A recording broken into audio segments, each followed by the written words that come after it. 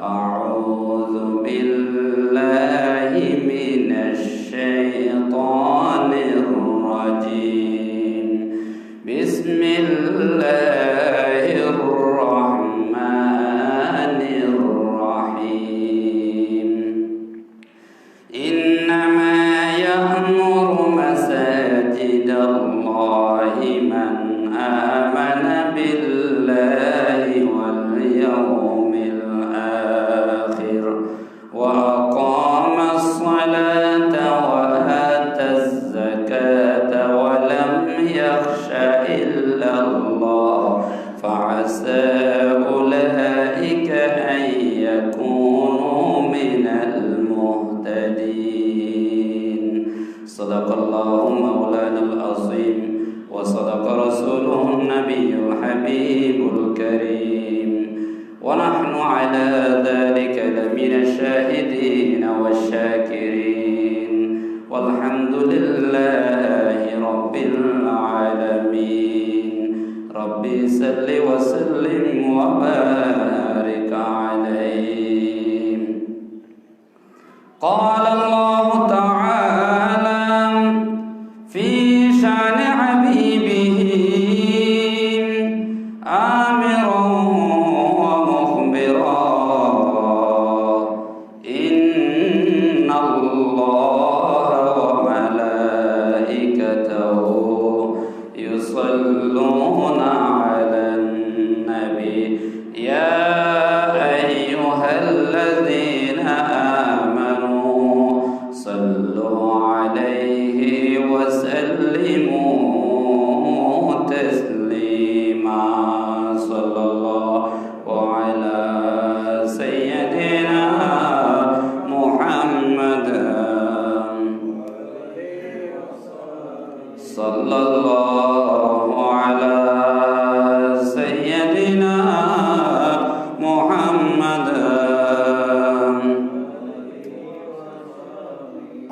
اللهم صل على مولانا محمد وعلى آل سيدنا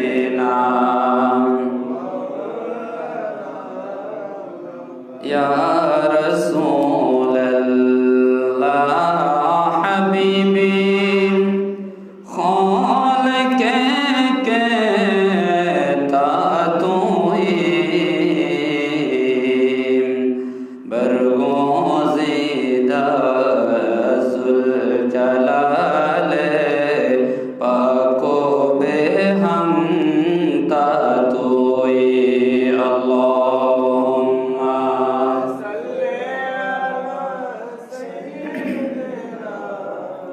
مولانا محمد وعلى آل سيدنا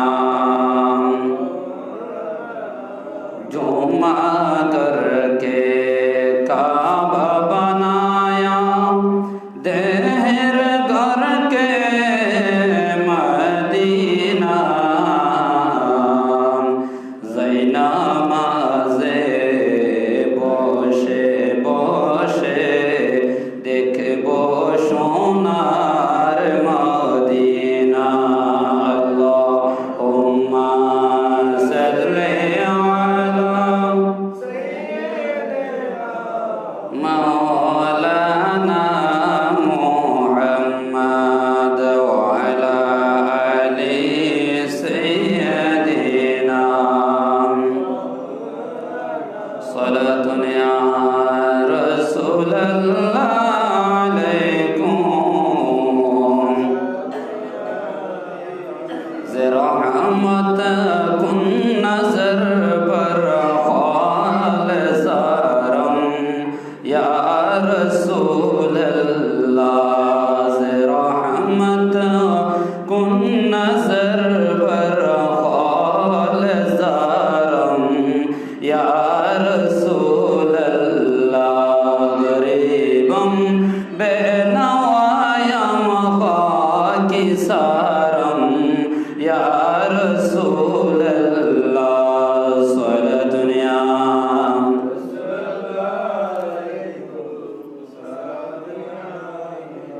हबीबे किबरिया तुम हो, शफीआ सिया तुम हो, तुम्हें छुट कर कहाँ जाओ, बताओ या रसूल अल्लाह स्वलतुनिया।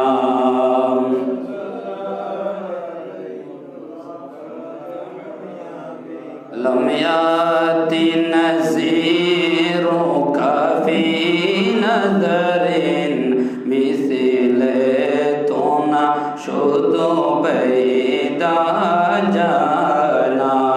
लम याति नज़ीरों का फी नज़रिन मिसले तो न शुदो बैदा जाना।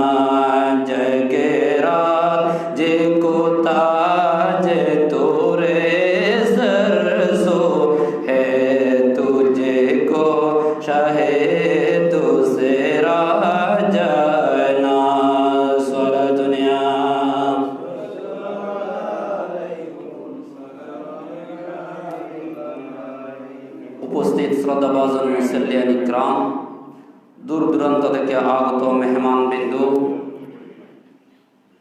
মাইকের আওয়াজ যতদূর পর্যন্ত শোনা যাচ্ছে, পর্দানসীন ক্ষমাতি মুস্কুরাত মা ও বোনেরা অনলাইনের মাধ্যমে দেশে ও প্রবাসে পবিত্র জুমার আলোচনা শুনতে পাচ্ছেন, সবাইকে সালাম জানাই। আসসালামু আলাইকুম ওয়া রাহমাতুল্লাহি ওয়া বারাকাতুহু। যেই মহান মুনি পরওয়ারদিগার আলম আল্লাহু জাল্লা শানুহু পবিত্র জুমার নামাজ আদায়ের জন্য আল্লাহর ঘরে আসার বসার তৌফিক দান করেছেন, সেই মহান রব্বুল আলামিনের দরবারে শুকরিয়া আদায় করি। সবাই বলুন আলহামদুলিল্লাহ। এতক্ষণ পর্যন্ত আকাইনা মাদার তাজদারে মদিনা সুরুরে কলব সিনা নবী মুহাম্মদুর রাসূলুল্লাহ সাল্লাল্লাহু আলাইহি ওয়াসাল্লামের উপর কয়েকবার দরুদের নজরানা পেশ করার জন্য আল্লাহ পাক আমাদেরকে হায়াত দিলেন, সেই মহান রব্বুল আলামিনের দরবারে আরেকটি বার শুকরিয়া আদায় করি। সবাই বলুন আলহামদুলিল্লাহ। পবিত্র কুরআনুল মাজিদ ফুরকানুল হামিদ সূরা তাওবার 18 নম্বর আয়াত কারিমা আমি তেলাওয়াত করলাম বরকত এবং সওয়াব হাসিলের উদ্দেশ্যে। যেই আয়াত কারিমার ভিতরে আল্লাহ পাক আল্লাহর ঘর মসজিদের কথা আল্লাহ তুলে ধরলেন। পৃথিবীর মধ্যে 3টা মসজিদ শ্রেষ্ঠ, সম্মানিত, মর্যাদাপূর্ণ।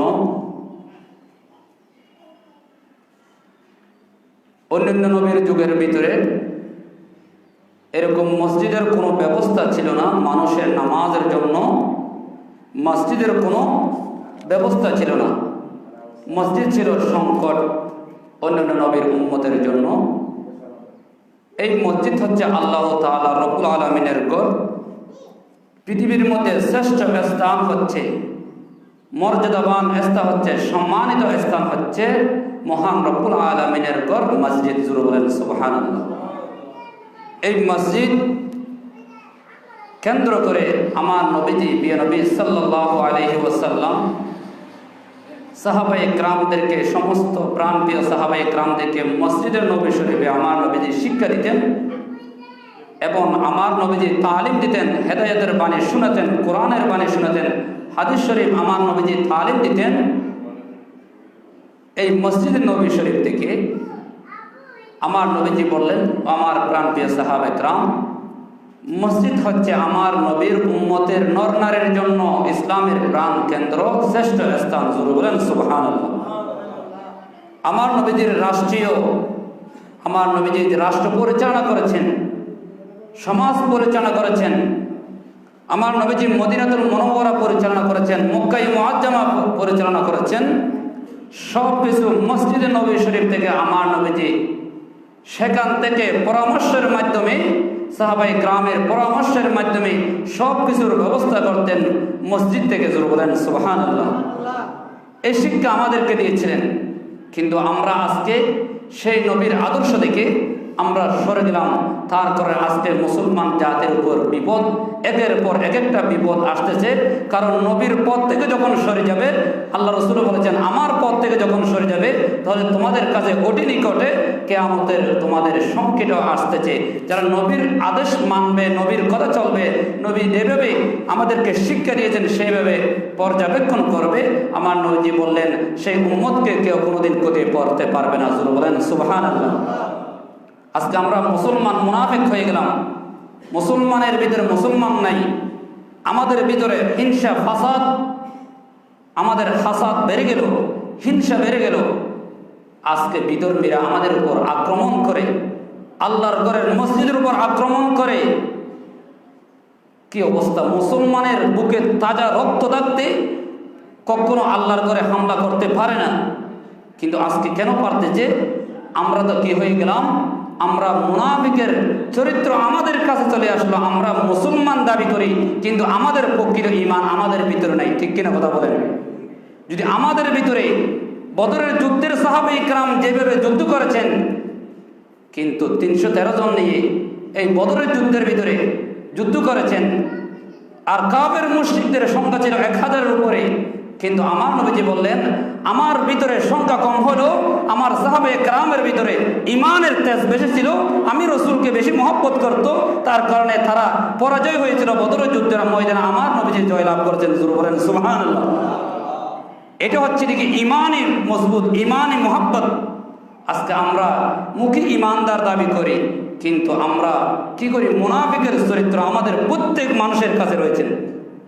তার কারণে আজকে পথে পথে প্রত্যেক জায়গায় বিধর্মীর কাছ থেকে মুসলমান নির্যাতিত। ঠিক কিনা কথা বলেন? মুসলমান মাথা নত করে থাকি। আমার নবীজি মাথা নত করে নেয় কাফের মুশরিক আবু জাহেলের কাছে। আমার নবীজি বললেন আমি আখির জামানার নবী, শ্রেষ্ঠ নবী, আমাকে আল্লাহ মাথা উঁচু করে রাখার জন্য আমাকে সৃষ্টি করেছে। আমার উম্মত থাকবে মাথা উঁচু করে, বাতিল ফেরকার কাছে, কাফের মুশরিকদের কাছে আমার উম্মত কখনো মাথা নত করতে পারে না। আজকে কেন হয়ে গেল? আজকে আমরা মুসলমান হয়েও আমরা মুসলমানের চরিত্রের ভিতর নেই, নবীর চরিত্রের ভিতর নেই, নবীর সুন্নত, নবীর আদর্শ, নবীর শিক্ষার ভিতর না থাকার কারণে আজকে কাফের মুশরিকদের কাছে আমরা মাথা নত করে আছি। ঠিক কিনা কথা বলেন? বিশ্বের শুধু এই বাংলাদেশের মুসলমান নয়, বিশ্বের মুসলমান কাফের মুশরিকদের নেতৃত্ব আমরা, তারা পরিচালনা করতেছে, আমরা কি করতেছি? তাদের কথা মতো চলি।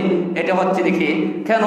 আমরা মুনাফিকের চরিত্র যখন গ্রহণ করলাম, তাহলে আমরা দ্বিমুখী যখন হয়ে গেলাম, তাহলে আমরা কখনো ইমানদার আর নাই। ঠিক কিনা কথা বলেন?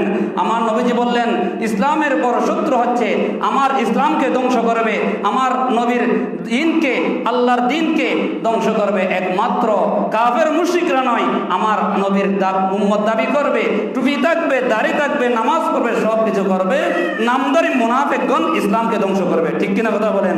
আজকে তাদের কারণে আজকে বিশ্বের মধ্যে মুসলমান নির্যাতিত, মুসলমান মারিকায়, মসজিদ জ্বালিয়ে দেয়, মসজিদ ভেঙে ফেলে। কেন করে? আমরা মুনাফিকের চরিত্র লক্ষণ করার কারণে। ঠিক কিনা কথা বলেন? আমরা যদি এগুলো যদি এখান থেকে সরে আসি, কখনো হাজারো যদি কি থাকে বিধর্মী একযুগ হয়েও আমাদের মুসলমানদেরকে কখনো ক্ষতি করতে পারবে না। ঠিক কিনা কথা বলেন?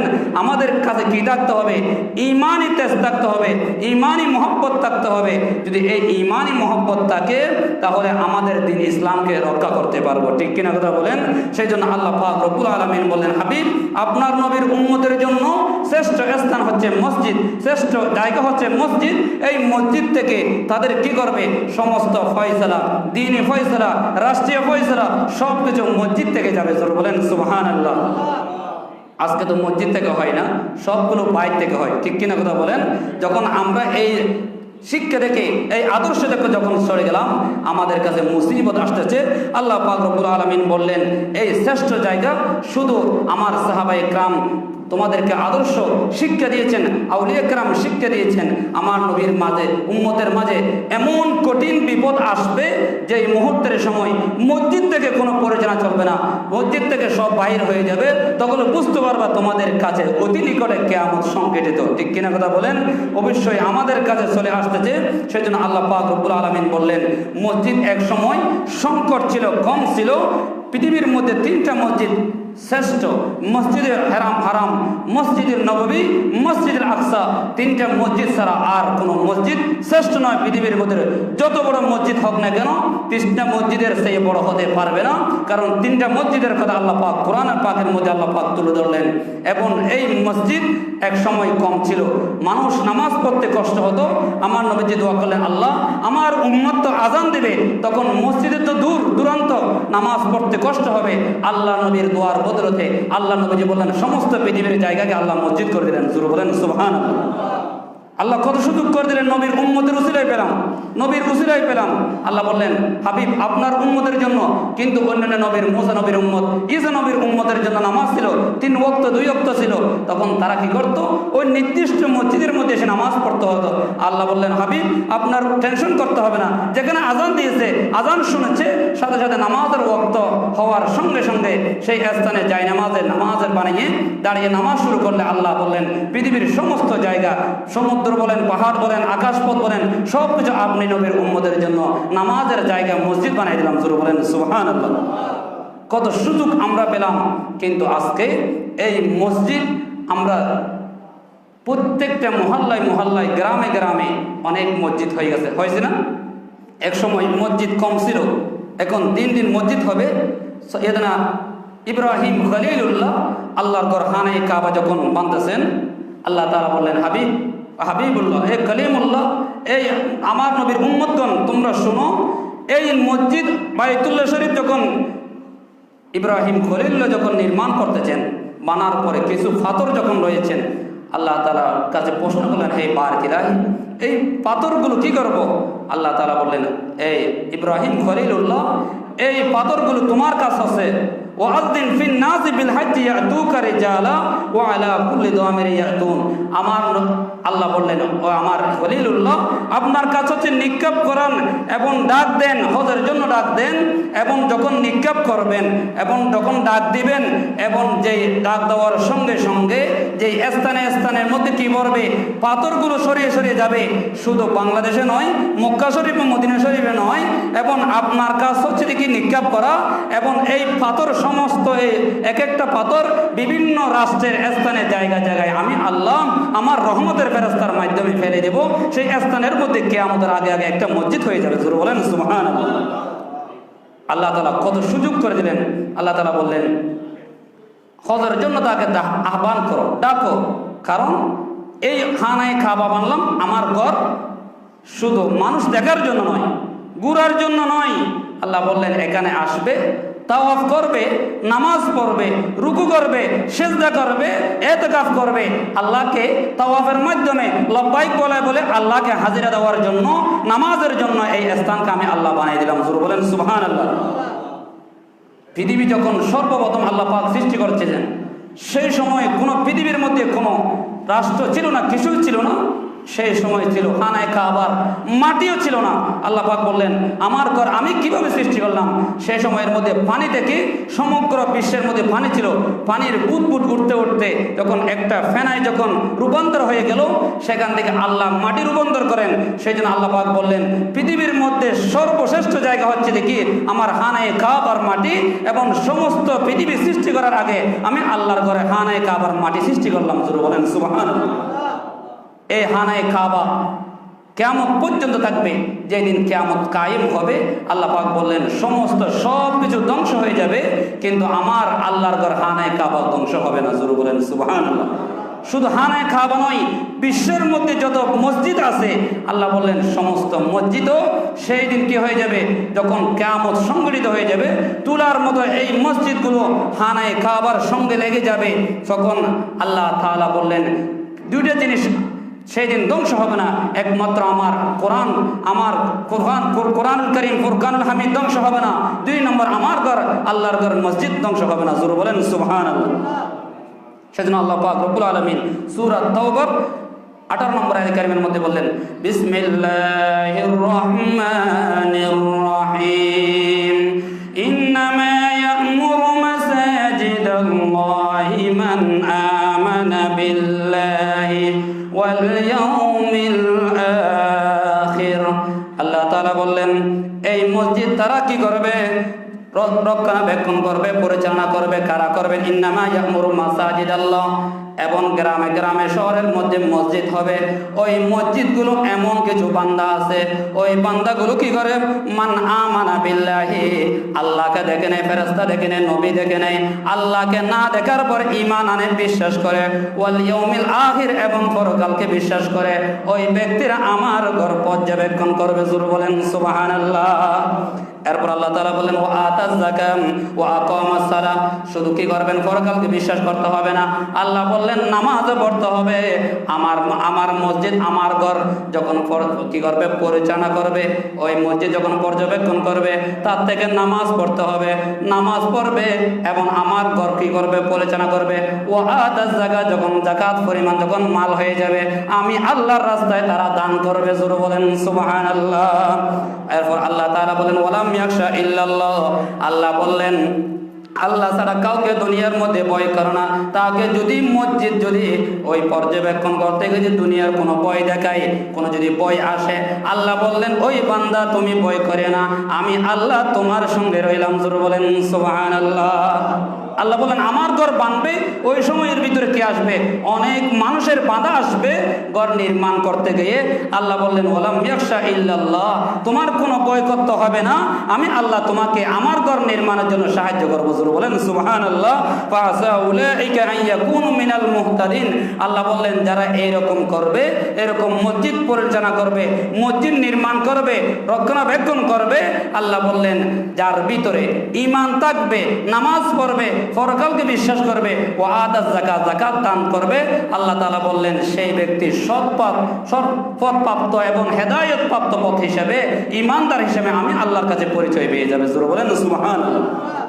আল্লাহ বললেন আমার ঘর, যা তার মাধ্যমে আমি আমার ঘর খেদমত করাই না। কারণ মানুষের লক্ষ লক্ষ টাকা আছে, হাজার লক্ষ টাকার পরেও জীবনে একবার হজ করতে পারে না। ঠিক কিনা কথা বলেন? আল্লাহ বললেন টাকা থাকবে কিন্তু হজে আসার সুযোগ হবে না, টাকা থাকবে মসজিদে কাজ করার সুযোগ হবে না। সেই টাকা কি করবে? ব্যাংকে পৌঁছে যাবে, তোমার ঘরে পৌঁছে যাবে। আল্লাহ বললেন যতক্ষণ আমি কবুল করব না, ততক্ষণ পর্যন্ত তোমার এই সম্পদ আমি আল্লাহর ঘরে হাজারো চেষ্টা করলে তুমি লাগাতে পারবে না। ঠিক কিনা কথা বলেন? আল্লাহ বললেন এই ঘর যারা করবে, সহযোগিতা করবে, এই ঘরের মধ্যে টাকা দিবে, শ্রম দিবে, পরামর্শ দিবে, আল্লাহ বললেন তারাও মুমিন। জোরে বলেন সুবহানাল্লাহ। এরপর আল্লাহ তাআলা সূরা তাওবার 17 নম্বর আয়াত কারিমের মধ্যে আবার বললেন মা কানা লিল মুশরিকিনা আন ইয়ামুরু মাসাজিদাল্লাহি শাহিদিনা আলা আনফুসিহিম বিল কুফর উলাইকা হাবিতাত আমালুহুম ওয়া ফিন নারি হুম খালিদুন। জোরে বলেন সুবহানাল্লাহ।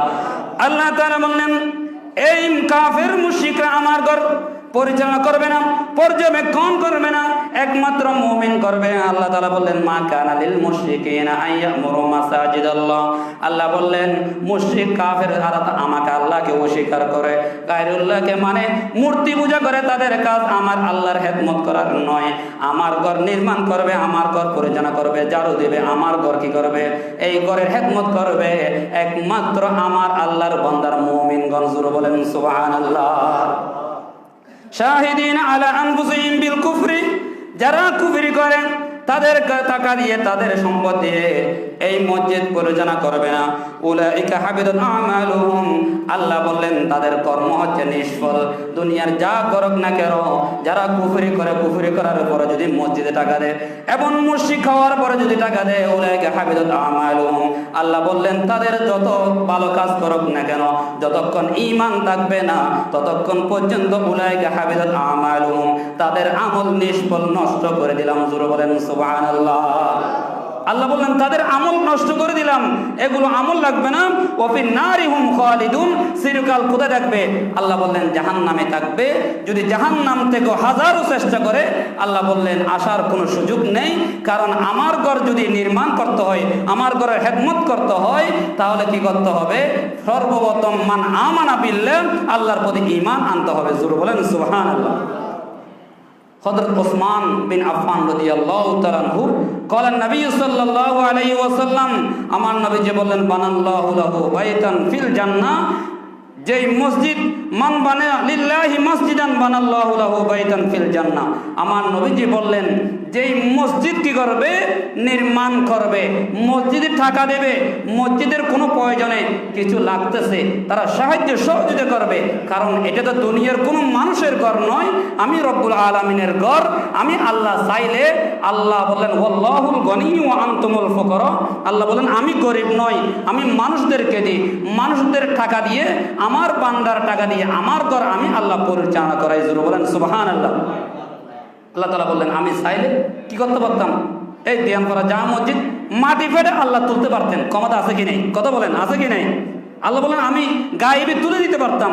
আল্লাহ বললেন না না, আমি কি করি, খেদমত করাই, আমার বান্দার মাধ্যমে, আমার যা টাকা দিলাম, সম্পদ দিলাম, সেখানের মাধ্যমে, তাদের টাকার মাধ্যমে আমি আল্লাহর ঘরের খেদমত করার সুযোগ করে দিয়েছি। বলেন সুবহানাল্লাহ।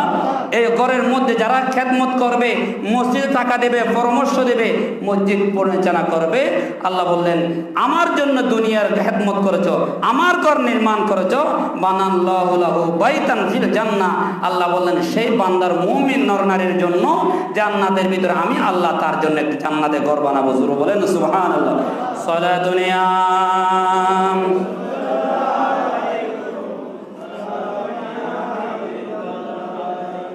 আবু সাইদ কুদরি রাদিয়াল্লাহু তাআলা আনহু, আল্লাহর নবীর প্রাণ প্রিয় সাহাবা, তিনিও আলোচনা, আমার নবীজি থেকে একটা হাদিস খানা তিনি নকল করেছেন, বুখারী এবং মুসলিমের মধ্যে হাদিস খানা রয়েছেন।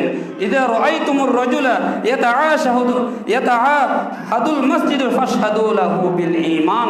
আমার নবীজির কাছে এই হাদিস খানা আমার নবীর কাছ থেকে তিনি শুনতে পেয়েছেন। তখন বললেন যেই মসজিদ কি করবে, পরিচালনা করবে, তখন কি করবে, ফাশহাদু লাহু বিল ঈমান। আমার নবীজি বললেন এ আমার প্রাণপ্রিয় সাহাবায়ে কেরাম, তোমরা সেই ব্যক্তির প্রতি সাক্ষী দিতে পারবা সেই ঈমানদার। জোরে বলেন সুবহানাল্লাহ। ফাশহাদু লাহু বিল ঈমান। আমার নবীজি বললেন তোমরা সাক্ষী দিবা, তোমরা তার পক্ষে কি দিবা, প্রমাণ দিবে সেই ঈমানদার। ফাশহাদু লাহু বিল ঈমান।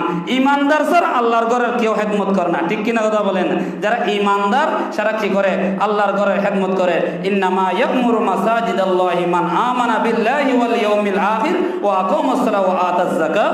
আল্লাহ বললেন এই কয়েকটা যার ভিতরে আদর্শ এগুলো থাকবে, আল্লাহ তাআলা বললেন সেই ব্যক্তি আমার প্রতি যখন ঈমান আনলো, আল্লাহকে সন্তুষ্ট করার জন্য মসজিদে দান খয়রাত করে, আল্লাহ বললেন দুনিয়ার যত মুসিবত আসে আমার দানের উসিলা আল্লাহ তার মুসিবতকে আমি আল্লাহ দূরীভূত করে দেবো। জোরে বলেন সুবহানাল্লাহ। আল্লাহ বললেন শুধু দান করেছো এটা এখানে শেষ নয়, হাদিস শরীফের মধ্যে বললেন ইল্লা মিন সাদকাতিল জারিয়া, মানুষ মরে যাওয়ার পরে মানুষের দুনিয়ার সম্পদ সব কিছু চলে যাবে। গতকাল মনে হয় একজন আপনাদের এলাকার একটা মানুষ মারা গিয়েছে মনে হয়, না? মসজিদের জামাদাতা, আলহামদুলিল্লাহ, হাজী মোহাম্মদ হোসেন, ইন্না লিল্লাহি ওয়া ইন্না ইলাইহি রাজিউন। প্রত্যেকে তার জন্য মাগফিরাতের জন্য দোয়া করবেন। মানুষ দুনিয়ার সব সম্পদ ভোগ করবে, আল্লাহ বললেন দুনিয়ার সব তোমার জন্য কিছুদিনের জন্য মালিক বানিয়ে দিলাম, কিন্তু সব কিছুর মালিক তো আমি আল্লাহ। তোমাকে যখন ছেড়ে আসতে হবে, আসার আগে কিছু ভালো ভালো কাজ করে আসতে হবে।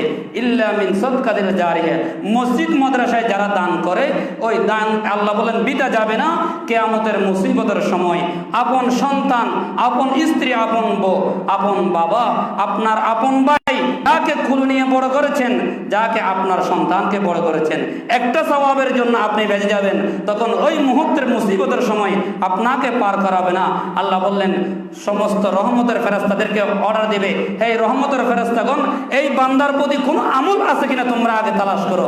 দেখবে কোনো আমল নেই, তখন রহমতের ফেরেশতা বললেন আল্লাহ তা তো কি করেছিল, মসজিদে টাকা দিয়েছিল, মসজিদের নির্মাণ কাজের মধ্যে সহযোগিতা করে দিল, জায়গা দিয়েছিল, কাজের জন্য টাকা দিয়েছিল, মসজিদের ফ্যান দিয়েছিল, মাইক দিয়েছিল। আল্লাহ ইল্লা মিন সাদকাতিল জারিয়া, তোমার নবীজি বলেছেন, তোমার হাবিবুল্লাহ বলেছেন এই সদকার উসিলা একটা সওয়াব আছে দেখা যাচ্ছে। আল্লাহ বলেন আমি তো রহমানুর রহিম, এই বান্দাকে সদকাতে জারিয়া ছিল, তাকে জান্নাত দান করে দিলাম। জোরে বলেন সুবহানাল্লাহ। আর জোরে বলেন সুবহানাল্লাহ। সমুদ্র মানুষ যখন পড়ে যায় বিপদের সময়, যখন আপনি স্টিমার থেকে নৌকা থেকে যখন পড়ে যাবেন, ওই মুহূর্তে আপনার যদি সাঁতার কাটতে জানেন, সাঁতার কাটতে পারবেন। যদি সাঁতার কাটতে না জানেন, আপনার মুসিবত সেখানে চুবে চুবে আপনার মৃত্যুবরণ হবে। ওই মৃত্যুবরণের আগে মানুষ সবসময় নিজের জান এমনি এমনি দিতে চায় না। সেই ব্যক্তি, আমার নবীজি বললেন, একটা মানুষ তাকে যখন সমুদ্রের স্টিমারের গভীর সমুদ্রে যখন ফেলে দেওয়া হবে, তার একটা বাঁশ গাছ আশ্রয় দেখে তার কোনো আশ্রয় থাকে না। হাসরের ময়দানে আমার উম্মতের নরনারী এমন হয়ে যাবে, কেউ আশ্রয় দেওয়ার জন্য থাকবে না, দুনিয়ার কোনো আপনজন থাকবে না, একমাত্র আমি হাবিবুল্লাহ তার উম্মতের, আমার উম্মতের জন্য আমি শাফাআত করব। এবং সেই উম্মতের জন্য যারা দান খয়রাত করবে, ওই দান খয়রাত তার জন্য উসিলা হিসেবে তা আল্লাহর দরবারে দাঁড়িয়ে যাবে। জোরে বলেন সুবহানাল্লাহ। এই দান খয়রাত আমাদের সমাজে আস্তে আস্তে সরে যাচ্ছে। মানুষ দান করে, কিছু কিছু দানবীর আছে আমাকে দানবীর বলার জন্য, ঠিক কিনা কথা বলেন? আমার কথা কেউ রাগ করবেন না, রাগ করতেছেন তো কেউ? অনেক মানুষ খরচ করে হাজি বলার জন্য। তো যদি হাজি বলতে হয়, নামাজি ব্যক্তিকে নামাজি বলতে হবে, ঠিক কিনা কথা বলেন? এরকম কিছু মানুষ আমাদের সমাজে আছে। এক মাহফিলে গেলাম, বললেন, হুজুর আমার নামের আগে লিফলেটের মধ্যে, নেম লিফলেটের মধ্যে আলহাজ লেখেন না কেন? আমি বললাম, হজ করছেন তো আল্লাহকে ইবাদত করার জন্য, এটা মানুষ দেখানোর জন্য নয়। অনেক মানুষ আছে দান করে মানুষকে দেখানোর জন্য, ঠিক কিনা কথা বলেন? আল্লাহ বলেন, এই রিয়া, এই ইবাদত কখনো 1000 কোটি টাকা দান করতে পারো, মসজিদে নয়, আল্লাহর ঘরে তুমি বেঁধে দিয়েছো, এই তোমার ইবাদতের টাকা আল্লাহ পর্যন্ত পৌঁছবে না, সেই টাকা আসমানের নিচে থেকে যাবে, ঠিক কিনা কথা বলেন? আল্লাহ বললেন, যারা দেবে ইল্লা মিন সাদকাতির জারিয়া হিসেবে, ওই বিপদের সময় একটা মানুষ যখন সমুদ্রের মাঝখানে গাছ বাস যখন আশ্রয় খুঁজে পড়ে গেলে, আল্লাহ বললেন ওই বিপদের সময় ইল্লা মিন সাদকাতির জারিয়া হিসেবে তোমার জন্য মুসিবতের সময় তোমাকে আশ্রয় দান করে তোমার জন্য শাফাআত হয়ে যাবে। জোরে বলেন সুবহানাল্লাহ। কিন্তু আজকে আমরা দান খয়রাত যখন কম করতেছি, তখন আল্লাহ বললেন মুমিন ব্যক্তির পরীক্ষা হয়। 3 শ্রেণীর ব্যক্তির পৃথিবীর মধ্যে আল্লাহ পরীক্ষা করেন। একমাত্র 1 নম্বর হচ্ছে নবীগণ, 2 নম্বর হচ্ছে আল্লাহর ওলিগণ, আল্লাহর বান্দাগণ, 3 নম্বর হচ্ছে কি মুমিনগণ। হাদিস শরীফের মধ্যে আছে, আমার নবীজি বললেন 3 শ্রেণীর ব্যক্তির সবসময় আল্লাহ পরীক্ষা ফেলবেন। সেখানের ভিতরে আমার নবীর উম্মতের মুমিনগণ আছে। আল্লাহ বললেন, তোমার সামনে, তোমার কোলে তোমার সন্তান মারা যাবে, বাবার কাঁধের মধ্যে সন্তানের লাশ উঠে, ঠিক কিনা কথা বলেন? ওঠে কিনা? বাবাকে বলতে পারবো সন্তানের আগে মারা যাবে, ছেলেকে বলতে পারে বাবার আগে মারা যাবে, কেউ জানে না। আল্লাহ বললেন, বান্দা তোমার কাছে এমন মুসিবত যখন আসবে, বাহির হয়েছে নামাজ পড়ার জন্য, বাহির হয়েছে বাজারে যাওয়ার জন্য, হঠাৎ অ্যাক্সিডেন্ট করে মারা গেল, এরকম আছে কি নেই? আল্লাহ বললেন ইল্লা মিন সাদকাতিল জারিয়া, এই সাদকা জারিয়ার হিসাবে আল্লাহ বললেন সেই বান্দা বান্দিনীর আমি কি করি, বলা মুসিবতের পাহাড় যখন আসবে, ওই দানের উসিলায় আমি আল্লাহ তার থেকে ওই বিপদ দূরীভূত করে দিই। জোরে বলেন সুবহানাল্লাহ। সেই জন্য সবসময় আল্লাহকে স্মরণ করতে হবে, দান খয়রাত করতে হবে। আমার নবীজি আরো আবু হুরায়রা রাদিয়াল্লাহু তাআলা বলেন, আহাবুল বিলাদি ইলাল্লাহিল মাসজিদুহা ওয়া আবগাদুল বিলাদি ইলাল্লাহি আসওয়াকুহা। আমার নবীজি বললেন, আমার যে সর্বশ্রেষ্ঠ স্থান হচ্ছে মসজিদ, আর আমার অপছন্দনীয় স্থান হচ্ছে কি ওয়া আবগাদু বিলাদি ইলাল্লাহি আসওয়াকুহা, এবং বাজার হচ্ছে আমার অপছন্দীয়। কিন্তু আজকে আমরা বাজার বানাবেন নিজের পছন্দ, মসজিদ বানাবেন অপছন্দ, ঠিক কিনা কথা বলেন? মসজিদের মধ্যে শুক্র জুমার দিন আসলে অনেক মানুষ দেখা যায়। ফুল বাগানে যেমন ফুল লাগলে ফুল বাগানের সৌন্দর্য হয়, মসজিদে মুসল্লি থাকলে আল্লাহর ঘরে সৌন্দর্য হয়, ঠিক কিনা কথা বলেন? আজকে কিন্তু কত সুন্দর লাগে। আমাদের উচিত 5 ওয়াক্ত নামাজ এইভাবে জমা সাগরে আসলে কত সুন্দর মসজিদ সৌন্দর্য হয়। আর আল্লাহর নবীজি বললেন, বাজারে বসলে মানুষের গীবত হয়, মানুষের চুগলখড়ি হয়, তোমার এখানে সওয়াব লেখা হয় না, তোমাদের জন্য গুনাহ হয়, ঠিক কিনা কথা বলেন? আমার নবীজি করবেন প্রয়োজন ভেদে কাজকর্ম সেরে এসে আল্লাহর ইবাদত করো, আল্লাহকে ডাকো। অল্প সময়, ওই মুহূর্তের সময় আমার নবীজি বললেন মসজিদে এসে কি করবা? সুবহানাল্লাহি ওয়ালহামদুলিল্লাহি ওয়ালা ইলাহা ইল্লাল্লাহু আল্লাহু আকবার, সুবহানাল্লাহ আলহামদুলিল্লাহ আল্লাহু আকবার, তোমরা আল্লাহর তাসবিহ পাঠ করতে থাকো। জোরে বলেন সুবহানাল্লাহ। এই মসজিদ আমরা যে আসি, মসজিদের কিছু আদব আছে, আমাদের ঘরে ঢোকার কিছু আদব আছে কি নেই? এগুলো মক্তবের মধ্যে শেখানো হয়, কিন্তু যখন বড় হয়ে যায়, চাকরি করি, তখন ওইগুলো আমরা বলে যাই। আল্লাহ নবীজি বললেন, ইয়া আইয়ুহাল্লাযীনা আমানু ইন্নামাল মুশরিকুনা নাজাসুন ফালা ইয়াকরাবুল মাসজিদাল হারাম বা'দা আমিহা। আলাইহিম হাদা, আমার নবীজি বললেন এই মসজিদ তো এটা কাফের মুশরিকদের জন্য আসতে পারবে না। কারা আসতে পারবে? যারা পাক পবিত্র, যারা যে আত-তুহুর শাতরুল ঈমান, যারা পবিত্রতা অঙ্গন, পবিত্রতা যেই পবিত্রতা এটা ঈমানের অঙ্গ, যারা নবীর হাদিস শুনে, নবীকে মেনে, আল্লাহকে মেনে পবিত্র করে আসবে, তার জন্য মসজিদ, কাফের মুশরিকের জন্য নয়। জোরে বলেন সুবহানাল্লাহ। এখন আমরা তো মসজিদ আসি, মসজিদের আদব রক্ষা করিনি। মসজিদে বসার কিছু আদব আছে। মসজিদে আসবেন, প্রথম কাতার আগে ফুরে ফেলবেন। মসজিদের মধ্যে এলোমেলো আমরা বসি। আমার নবীজি বললেন, না না সাহাবায়ে কেরাম, তোমরা এসে কাতার বন্দি হয়ে সুন্দরভাবে দাঁড়িয়ে যাবে, সুন্দরভাবে বসবা, কারণ মসজিদের মধ্যে আরেকজন ভাই এসে যেন তোমাদের কাছে বসার সুযোগ করে দেবে। জোরে বলেন সুবহানাল্লাহ। এটা হচ্ছে নবীর আদর্শ। কিন্তু আমরা মসজিদে ঢুকার, বাহির হওয়ার আদব পর্যন্ত জানি না। আল্লাহ নবীজি দোয়া শুনে আল্লাহুম্মা আফতাহলি আবওয়াব রাহমাতিকে, অনেক মুসল্লি ভাই থেকে জিজ্ঞাসা করলে এই দোয়া পর্যন্ত পারবে না। ঠিক কিনা কথা বলেন? আমরা এমন হয়ে গেলাম, মসজিদের উপরে, প্রত্যেক মসজিদের উপর লেখা থাকে আল্লাহুম্মা আফতাহলি আবওয়াব রাহমাতিকে আল্লাহুম্মা ইন্নী আসআলুকা মিন ফাদলিক। আছে কি নেই? এই দোয়া আছে কি নেই? প্রত্যেকে জানেন কিনা? অবশ্যই জানতে হবে। আমার নবীজি বললেন এখানে ঢুকার সময় ডান পা দিয়ে ঢুকবা, বাহির হওয়ার সময় তোমরা বাম পা দিয়ে ঢুকবা। আর মসজিদে ঢুকার সময় ইতিকাফের নিয়তে, নাওয়াইতু সুন্নাতুল ইতিকাফ, এটা যদি আরবিতে নিয়তে না জানে, মনে মনে আমি ইতিকাফের নিয়তে যতক্ষণ আমি বসবো, এটা হচ্ছে আমি ইতিকাফের নিয়তে ঢুকবো। কারণ এখানে ঢুকলে মানুষের দুনিয়াবি কোনো কিছু কথা বলা যেতে পারে, দুনিয়ার কোনো কিছু খাওয়ার যেতে পারে। আমরা যে এখানে বিভিন্ন আগ্রহ হয়, বিভিন্ন কিছু হয়, আমাদেরকে এখানে খাবার দেওয়া হয়, এটা আপনি ইতিকাফের নিয়ত ছাড়া আপনার জন্য জায়েজ নেই। ঠিক কিনা কথা বলেন? আপনার থেকে ইতিকাফ করতে হবে, ইতিকাফ নিয়ত করে ঢুকতে হবে। আমার নবীজি বললেন এইভাবে আমার আদর্শ। আর আমার হযরত আবু সাঈদ খুদরী রাদিয়াল্লাহু তাআলা আনহু বললেন, যে ব্যক্তি আমার গড়কে মহব্বত করলো, আল্লাহ বললেন স্বয়ং আমি রব্বুল আলামিনকে মহব্বত করলো। জোরে বলেন সুবহানাল্লাহ। দুনিয়ার আমাদের বান্দার কিছু প্রতিবেশী রয়েছে, আমার কিছু প্রতিবেশী রয়েছে। কারা প্রতিবেশী? এই মসজিদের মধ্যে যারা দান খয়রাত করে, মসজিদ বাঁধে, মসজিদ নির্মাণ করে, মসজিদের কাজে সাহায্য সহযোগিতা করে, আল্লাহ বললেন কিয়ামতের দিন এ আমার প্রতিবেশী হিসেবে থাকবে। জোরে বলেন সুবহানাল্লাহ। আর জোরে বলেন না সুবহানাল্লাহ। আল্লাহ বলেন আমার প্রতি হিসেবে থাকবে। লম্বা হাদিস, এটা এখানের মধ্যে আমার নবীজি বললেন আমার প্রতিবেশী হিসেবে সেই বান্দাকে আমি পরিচয় করে দিলাম। আল্লাহ বললেন সেই বান্দার যা দান করবে তার তার প্রমাণ তার ডান হাতের মধ্যে দিয়ে আমি আল্লাহ তাকে জান্নাতে প্রবেশ করে দেব। বলেন সুবহানাল্লাহ।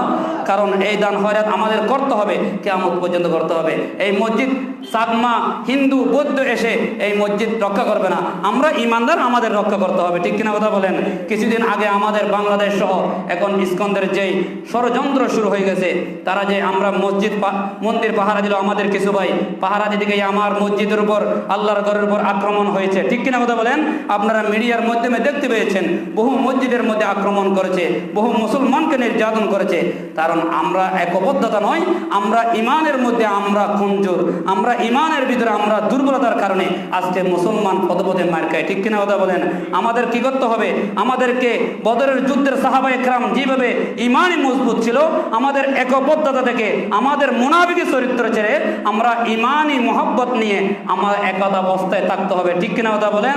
আসুন, আমাদের এই মসজিদ আলহামদুলিল্লাহ যে অনেক সুন্দর হয়েছে। আমি যখন এই এলাকার মধ্যে প্রায় 7-8 বছর আগে থেকে এখানের মধ্যে দেখলাম এই মসজিদ এরকম ছিল না, আরো অনেক অবস্থায় নাজুক অবস্থা ছিল। আপনাদের দানের কারণে, বিভিন্ন দান খয়রাত আপনারা দিয়েছেন, আপনারা সহযোগিতার কারণে এই মসজিদ অনেক সুন্দর হয়েছে। কিন্তু আমার কিছু জায়গা দেখতেছে, এগুলো দেখলে আমারও খারাপ লাগে। কিন্তু আমি প্রতি জুমায় বলতে চাই একটা আবদার, কিন্তু বলতে ইচ্ছা হইলেও আমি করি না, কারণ লজ্জা লাগে। এই যে একটা জায়গা, সিঁড়িটা দেখতে খারাপ লাগে, মসজিদের 2 তলা হয়েছে, ভবিষ্যতে আরও লাগবে। ঠিক কিনা কথা বলেন? আমাদের প্রজন্ম আসতেছে, আমি যাচ্ছি, আমার সন্তান আসবে। যতদিন আপনি এই কাজটা করে দেবেন, যতদিন থাকবে, আপনি মরে যাওয়ার পরও ইল্লা মিন সাদকাতিল জারি হিসেবে আপনার কবরে সওয়াব জারি থাকবে। ঠিক কিনা কথা বলেন? আপনার জন্য তো আমাদের এটা সহযোগিতা দরকার। আপনারা তো একটা কথা আছে চিটাঙের ভাষায়, 10-এর লাড়ি 1-এর বোঝা। মসজিদ তো একা করতে পারবে না। আল্লাহ বললেন আমার ঘর একা করতে পারবে না, কারণ আমার ঘর গড়ার জন্য, আমার ঘরের কাজ করার জন্য বিভিন্ন মানুষের টাকা দিয়ে আমি আল্লাহর খেদমত করাবো। ঠিক কিনা কথা বলেন? এই ঘর, এই জায়গাটা পরে রইলেন অনেক দিন ধরে। আপনারা যে যেখানে যতটুকু পারেন সাহায্য সহযোগিতা করবেন। মসজিদ কমিটি আছে, সভাপতি সেক্রেটারি আছে, 500 টাকা পারেন, 1000 টাকা পারেন, আপনাদের ভাই বন্ধু চাচা যারা আছে, বন্ধু বান্ধব আছে যারা বিদেশের জমিনে আমাকে শুনতে পেয়েছেন, আমার কথা শুনতে পাচ্ছেন, এবং আপনাদের সাথে যারা কথাবার্তা হচ্ছে, আপনারা বলবেন আমার মসজিদের ভিতরে কিছু কাজ বাকি আছে, এটা করতে হবে, অসমাপ্ত কাজ, এগুলো সমাপ্ত করতে হবে। কারণ যত সুন্দর হবে তত আমাদের সৌন্দর্য, ঠিক কিনা কথা বলেন? যত মসজিদ সুন্দর হবে আমার এলাকার সৌন্দর্য, যত মসজিদ সুন্দর হবে আমার সৌন্দর্য, আল্লাহর কাছে পরিচয় দিতে পারবো আল্লাহ আমার স্থান, আমি সিজদার স্থানকে আমরা সহযোগিতার মাধ্যমে আমরা সুন্দর করে দিলাম, ঠিক কিনা কথা বলেন?